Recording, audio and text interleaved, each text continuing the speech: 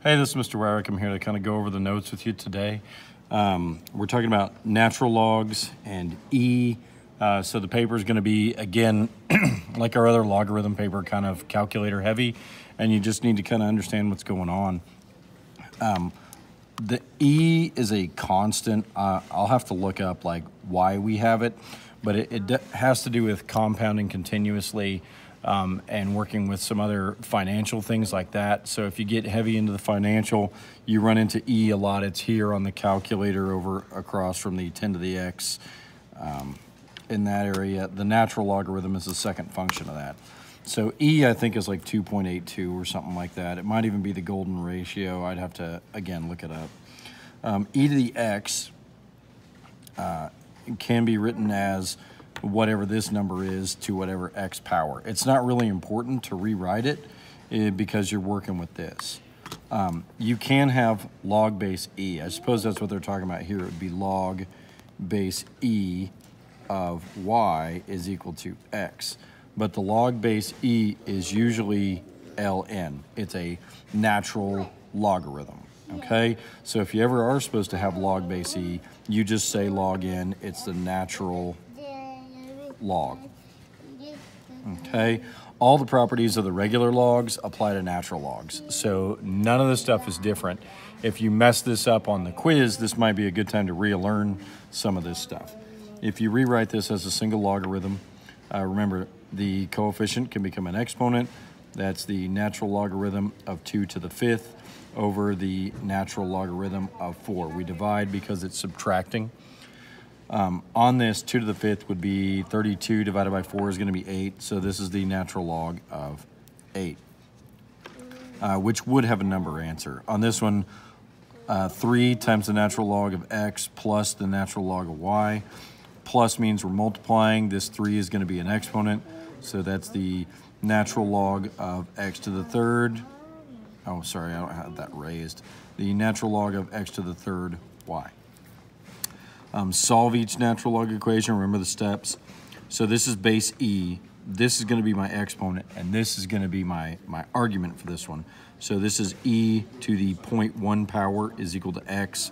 You would just come on the calculator, take E raised to the 0.1 power. On this one, again, this is base E. We're going to add 1 first. So we have the natural log of x plus 2 over 3 is equal to 12. That's going to be base E to the 12th power equals this. So E to the 12th power equals x plus 2 over 3. You'll go ahead and put E to the 12th in the calculator, get a number answer for that. You'll multiply by 3 to get rid of the fraction, and then subtract 2 from that answer to come up with what x is going to equal. On this one, same kind of thing. This is E to the 21st is equal to 3x minus 9. This E to the 21st is going to have a number answer.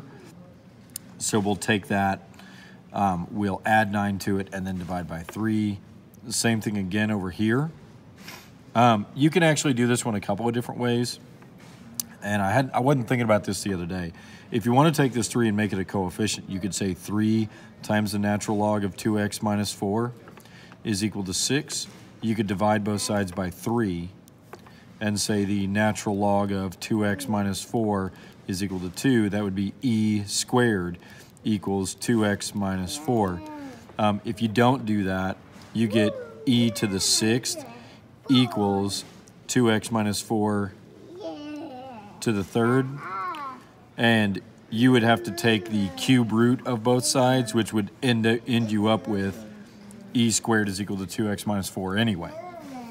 If you go to solve this as an exponential, it's log base E, which is a natural logarithm of 30, is equal to x plus 1. You'd go ahead and do the natural log of 30 and then subtract 1. On this one, you subtract 7.2. So you'd have E to the 2x over 5 is equal to 1.9.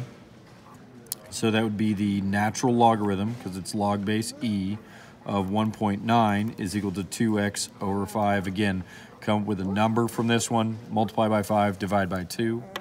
And then this last one, subtract 1.2, subtract 1.2. So you'd have 4e to the 3x is equal to 13.2. You're going to divide that by 4, and you get e to the 3x is equal to 3.3. So then that'd be the natural log of 3.3 is equal to 3x. You get a number answer from this part, divide by 3. If you're not sure about some of this stuff, make sure you try to finish up some of your other missing work, take care of what you need to take care of, and we'll see you back in class tomorrow.